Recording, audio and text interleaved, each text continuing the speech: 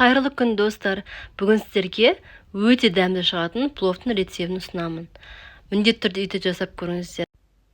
Бұл рецептке бірінші рет мен кептірілген слива қосып жасадым. Бірінші орта отта құйрық майын шыжғырып аламыз.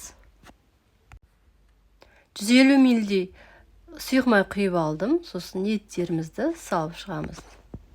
Жақсылап қуырылған еттің үстіне жарты пиала су құямыз. Және бетін жауып 20 минутқа бұқтырып қоямыз. Отымызды төмендетіп қоямыз. 2 дана пияз қосамыз. Пиязымызды майдалап турап қуырамыз. Үлкен сәбізден 3 дана сәбіз қостым.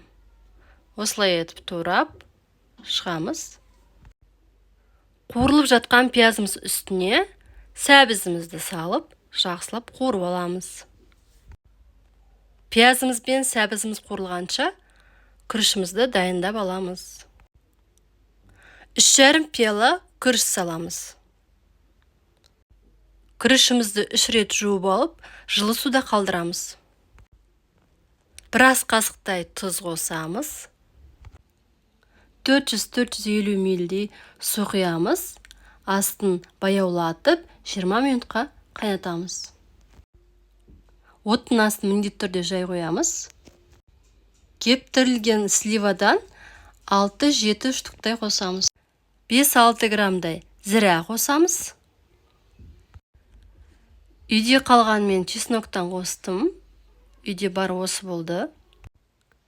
Күрішіміздің суын төгіп, күрішімізді салып шығамыз қазанымызға. Күрішті осылай етіп жайып шығамыз.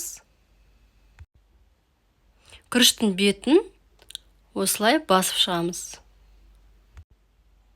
Қатты отта қайнатамыз. Бетіндегі су тартылғанша қайнатып аламыз. Су тартылған соң 35-40 минутқа бетін жауып қалдырамыз. Міндетті түрде төмен болу керек астыңғы оты. Пловымыз да дайын болды. Енді араластырып, тарелкамызға салып аламыз. Етін жақсылап турап аламыз. Пловымыз дайын, ас болсын. Егер мен рецептім сіздерге ұнаса, лайк бас, комментарий қалдырыңыздар.